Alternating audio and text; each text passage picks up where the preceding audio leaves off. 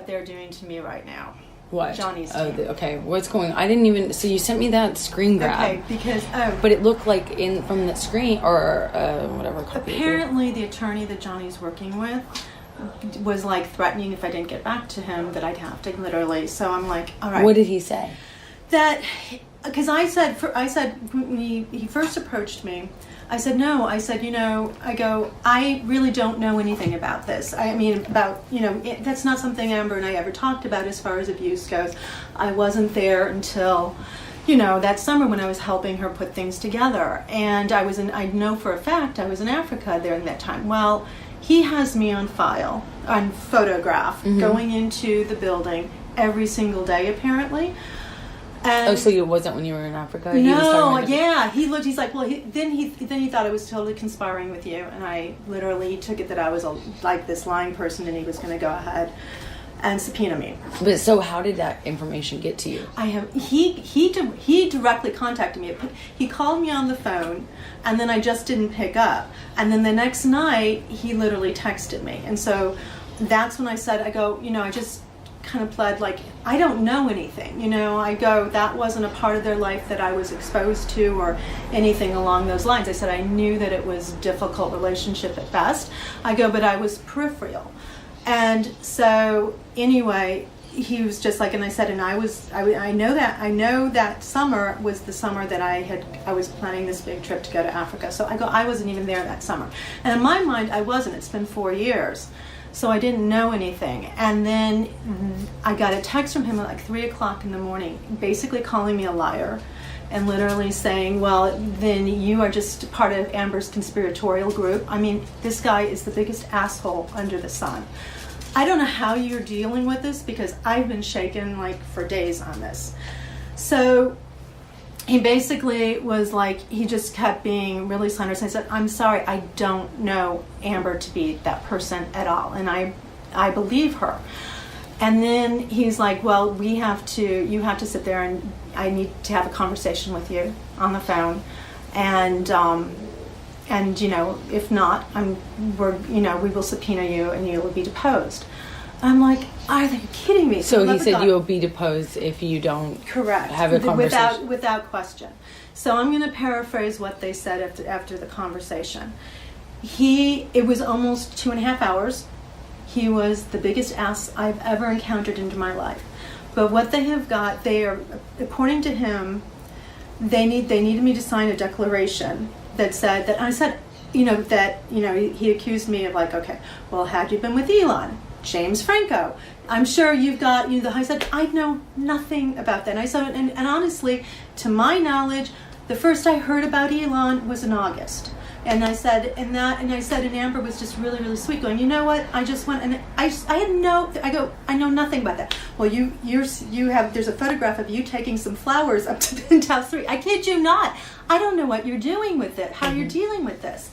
And I said, but that wouldn't have been unusual. I would have gone through and they said, oh wait, are you going to be going up there? And he's like, well, did you know that they were from Elon? I said, I would have no idea who they were from. I'm not going to read somebody's envelope. And so he tried to get that information from me. And it was being honest. I didn't know anything. And then this is just so, Amber, you have no idea. I absolutely adore you. You know that. And it's like, I've sat there and like these guys, he's the biggest asshole under the sun. So he again was like, bottom line, they have Kate under deposition. He's like, do you know she's going through PTSD? That's the only funny thing. Which I don't know if he was like. And I was like, well, she's like, you've heard Amber yell at her. I said, listen, the only time I have ever, because he's like, I know for a fact you have. I said, the only time I've ever heard Amber yell at Kate in my entire life was one time during the move. And I said, and honestly, she fucked it up.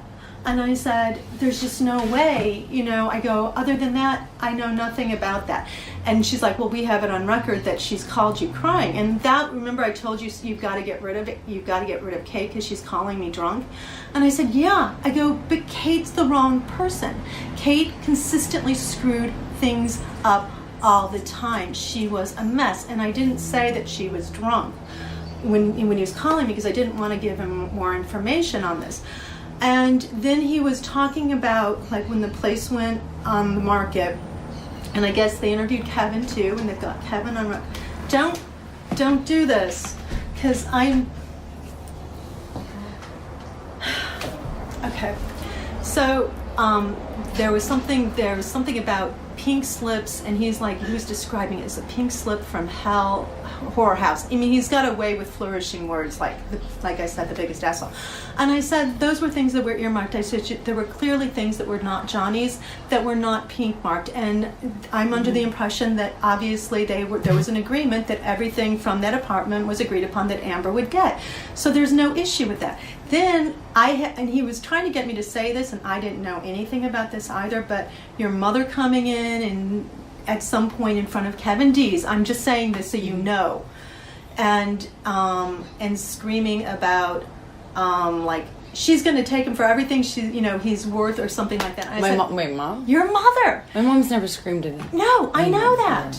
That's what I'm saying. I said, I've only met Amber's mother a few times. I go, that seems so not to her character. I go, and if you're asking me if I witnessed it, I swear to God, I did not. So, but these are like the stupid things that are like coming like consistently. And then it was like, well, did have you talked to Rocky? They're apparently planning to subpoena Rocky and Aya, which I'm sure you're aware of, for perjury. That you can't subpoena someone for perjury. I know. You subpoena someone as a part of a legal process. Well, there you go. What this is it's actually manipulating and coercing people through threats. Manipulating it. Without people being savvy about the law. They are threatening people to coerce statements out of people. Yes. And people are actually able to be tricked if you don't know anything about... Right. I get that. And he's going on about, well, do you know about Tasya? And I said, I didn't know any of that. And so then he's like, well, then now you know about it. I'm like, well, okay, great. He just told you. He just told me. No, but I know. But that's what I'm saying. Nothing he says, it's all a manipulation. I know it is. So basically... I mean, this guy has literally said, they have me on camera, which, funny, we've never seen that footage. We've seen me stand in an elevator. But they literally made up this thing about Whitney practicing hitting me in the hallway, and they have it on camera. Oh yeah, like that's where the bruises came from. I'm like, oh yeah, well, where is that footage? Like he just literally, it's just made up. It's literally just made up. It's horrible. It's horrible. I mean, I have not slept for nights because I just didn't even know how to tell you that this has now been brought up, and I have to go ahead and tell you about all this information. So he basically said if I didn't sign a declaration, but it doesn't state anything from you at all. It just, he's like, was I aware of Tasya? And I said, well, no, I'm not, but I told you about it the other day. So that's in there. If I didn't, I was going to be deposed, and he's like, and it was going to be $15,000 to $20,000. So I'm telling you now because I need you to know that, and I need your attorneys to then go ahead and get me to do a declaration too and question me so that I can say something in your favor. Because he's not giving me any, like, I would like explain things. Like he said, well, you were up there that. I said, yeah, but that didn't mean I was up with Amber going over this huge plot. I go, I'm with Amber like 5, 10, 15 minutes, half an hour at most, and I'm there to work. And so I don't know, any of this. And it was like, well, you need a yes or no, then you're not familiar with how the court system works. I'm like, no, I've never been in a court ever. So I was literally forced into signing a declaration that, again, does not say, it's the most vanilla thing imaginable. But I can't afford $20,000 because I don't even know what's going on with Elon right now. But I need your attorneys to sit there and work out a declaration so that I'm in your favor, so it nulls anything out. Because I didn't see, because he's like, well, did you see her absolutely beaten up? And he was using the analogy of, well, if my arm was ripped off.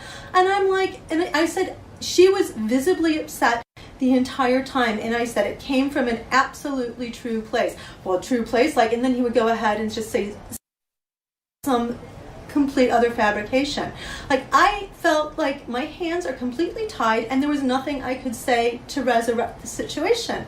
And I just was like, doing your damnedest. And so he did the super declaration thing, and I just kept expunging things, and then he just wouldn't do anything else. So it's really vanilla, and I will show it to you as much as I possibly can, but I want your attorneys to call me and literally let me do a declaration for you, because I don't know what else to do. I am like literally heartbroken about this, because I can't sit there, because we never had, I didn't know any of this knowledge beforehand.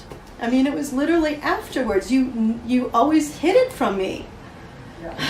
It's not your fault you didn't know. I hid it from everyone. That's I know. what people do. But after the divorce, right immediately after that incident, my eye was.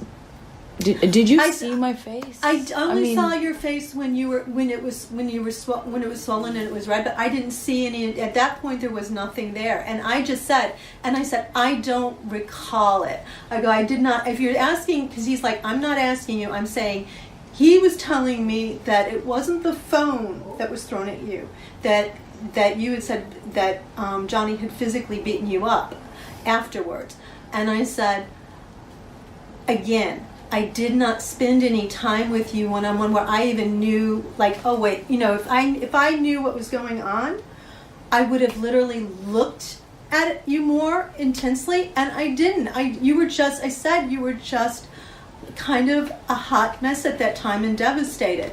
But I didn't see you at that point where, he was like, she would have been all black and blue. Did you see any black and blue? No, I didn't see you black and blue, but she was all swollen and red, and she had been crying. So that is what we are at. How many days after the... He said it was like... See, and again, it's 4 years ago, so I couldn't even place it. I honestly did think at that time I was in Africa, and I thought I met you after that. He's got the dates. I don't even know the dates, but he threw it. He's like, you were there on like the 20, and I'm paraphrasing because I don't know, like the 23rd, 24th, 25th, and then you've got on the 28th, and then there was some event in December he wanted me to give you, and I said, I don't know anything about that at all. So I go, please. He's like, well, we have you up there on the 15th, and I said, but I might not have even seen Amber. I mean, very seldom did I'd see Amber, but I never saw Johnny. And here's the beauty of it. Well, Johnny happens to think you're a really nice person, and he doesn't want to depose you, but, if it comes to that, he will. And I'm like, well, then how nice of a guy is he, And anyway, I just... After I filed for divorce, after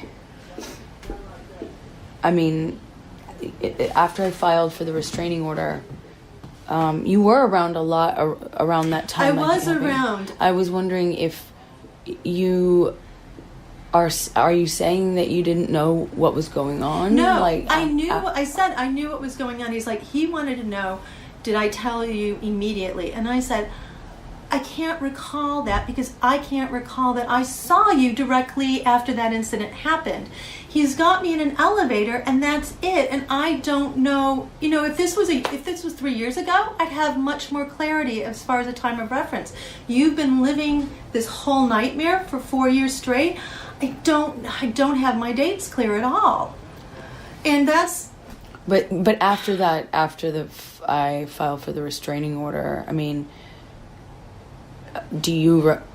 are you saying that you knew why I filed for restraining order? I thought it was pretty talked about. He didn't talk about the restraining order. He never mentioned that. All he mentioned was, did you ever talk to me about being abused? Before. Okay. And then also after. So he specifically said before and after. He was more interested in before. Well, of course. Right. And then he also asked, did I ever talk about it with Io or Rocky? And I said, no. I go, other than I would always ask her, well, how's she doing? I go, but that was our conversation. I seldom didn't really ever get into conversations with Rocky or Io other than, just superficial, like, what are you up to? And that kind of a thing. So I was being really honest, because I didn't know I don't want to sit there and be perjured, and I don't have a good time frame, so I didn't know when. I said, I know I talked about it with Amber, but if you're telling me when did I talk about it with Amber, I honestly don't recall. If you're asking me, did I talk about it on this 23rd or 24th, I go, my guess is probably, but I'm being honest, I don't recall because it's been 4 years and I can't put a date. He's like, well, then we'll go ahead and we'll sit there and depose you. I said, you can sit there and depose me now after all of this. I go, but I'm not going to be able to tell you anything else in all honesty. I'm like, but I go, I've never had anything but an amazing relationship with her. So With me? With you. And I said, so, I go, did I ever get into an argument? And he's like, well, how was your relationship with Johnny? I said, it was fine. It was absolutely pleasant. I go, but I didn't really have any interaction with Johnny at all. I go, I've known Amber for 8 years. So, Do you, have you ever seen me be, when you were talking about Kate earlier, I mean, do you think I was verbally abusive to her? No. I literally said no, and this is what because I remember you being the strongest advocate for me firing her. That's what I'm saying. But this guy doesn't want that information, and I told him that too. I said, literally, the only time I ever heard her raise her voice was that phone call, because Kate had brought it up, so that's why it was brought up, because he's like, well, you were visibly aware. I said, the only time I was when there was a move. Kate screwed it up. You've got to and he's like, and then he went on, and he's like, well, Kate would call you up. And I said, yes. I go, she was not suited to the job, and she screwed up a lot. I go, she should never have been working with Amber. And that's something I literally said. He's just wanting, because apparently Kate has some sort of vendetta, not shockingly, to go against you. So once again, I need your attorneys then to go ahead and go, okay, explain the Kate relationship with that. Because I will have your back 1,000 times till Sunday. I am only interested in the truth. I'm not interested in manipulating anyone or anything. I just want to be clear that you didn't see me be physically or verbally abusive with Kate. No, the only time, and again, she had brought it. But do you think I was verbally abusive to her? No, I said you were yelling on the phone because everybody had heard about it. I told you about that. About incident. That, and just like an incident. Yeah, just that one incident. I said, never, ever have I heard anything. And then he said, well, would you be shocked to find out that she's got PTSD and she's going to meetings for it? And I'm like, I go, in one hand, I would, and in the other hand, I wouldn't, because she's completely off the rails. So, but of course, he doesn't take any of that because he's doing that. And apparently, I don't know if Kevin Dees is apparently not a nice guy. He's the realtor that was showing the place. You didn't even really meet him, I don't think. I think you had an altercation with him with the draperies, remember? I mean, altercation. It was an argument because the draperies were taken and he's the one that was trying to get the draperies back for the person that bought it. Oh, but I didn't even talk to him. Oh, then I have no idea, but he's the other one that's saying all of this other crap. So that's the only stuff that I know that the attorney was telling me. And then after, when you were around, after my restraining order, because from what I remember we spent a lot of time. We were putting your office back together. The dressing room was fine, and we were hanging stuff and putting things back in the living room to make it more back like a home. I'm just trying to think. And that's all. I don't know when that was, though. That's the problem. I have no recollection. I honestly thought it was July at some point, but I don't know. I wish I was actually asked this 3 years ago. Have you looked through your... I don't have anything. My phone's been changed twice, and I've got a new notebook. So I have nowhere to trace anything. And you didn't back up? No. The only thing I backed up were photographs from work.